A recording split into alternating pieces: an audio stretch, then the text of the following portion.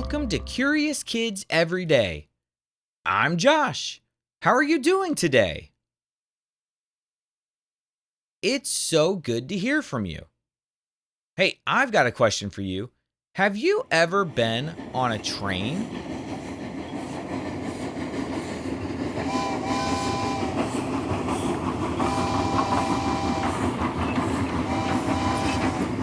Trains are huge. Even the smaller ones are way bigger than most other modes of transportation. What sound does a train make? The other day, I was out with my family and we saw a train moving, and that train was so long, I couldn't even believe it.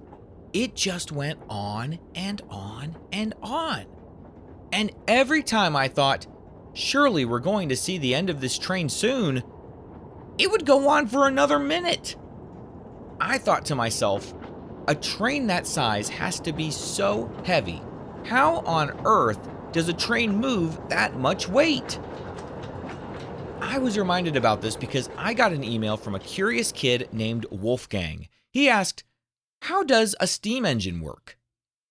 Well, a steam engine is one type of train, so let's learn about how they all work. Trains are a little like really strong robots that move along tracks. The part at the front that pulls everything is called the locomotive. Can you say locomotive?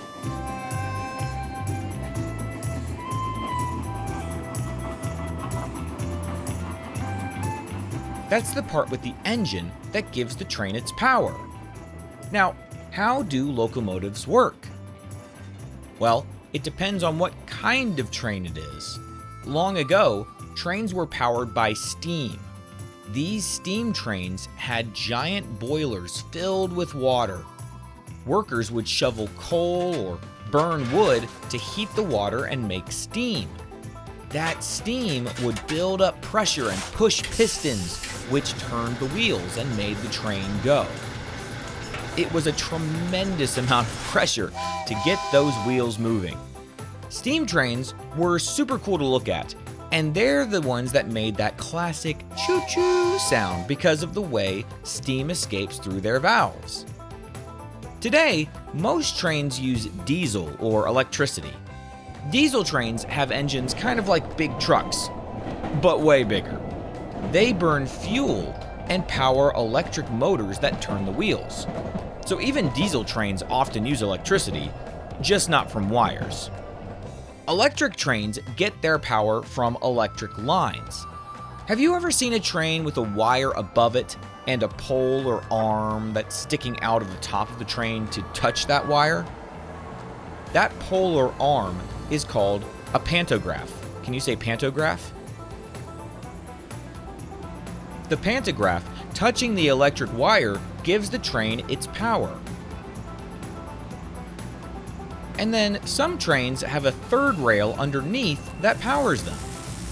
You definitely don't want to touch that rail. No matter how they're powered, trains move thanks to friction between the metal wheels and the metal tracks. Even though it doesn't look like it, those smooth wheels grip the track just enough to pull many heavy cars behind them. And because the train cars roll so easily, one engine can pull millions of pounds. That still doesn't seem real to me, but I've seen it with my own eyes.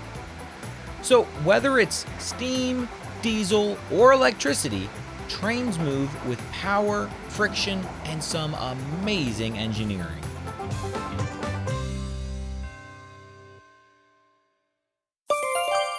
Let's have a quick quiz. What is the front part of a train that gives it power called? The locomotive. What powers a steam train? It's powered by steam made from boiling water, heated by coal or wood. What do electric trains use to move? Electricity from wires above or a rail underneath?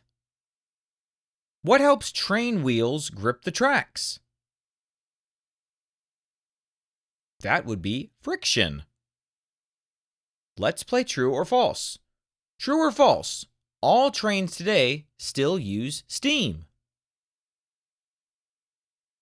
That's false. Most use diesel or electricity now. True or false? Trains can carry brand new cars. That's true, they often do. True or false? Diesel trains are powered by gas. That is false. They use diesel fuel, which is different from regular gas. Would you rather ride a slow, scenic steam train through the mountains or ride a super fast electric train through the city?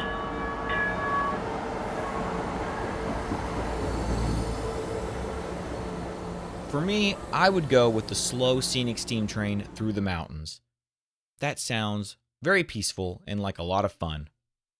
Okay, here's a game. It's called, Is It Transported by Train? I'm going to name something and you tell me, do you think it's transported by train or not? Are you ready? What about bananas from South America? Not usually. Those go by ship and then truck or plane. What about coal for power plants? Are those transported by train?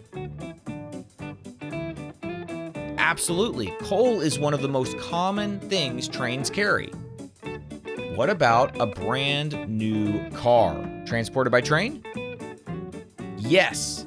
Car companies ship new cars by train across the country, which makes sense. If you don't want to have to drive the car across country, you certainly can't put a car on an airplane, so train is probably the best way to do it.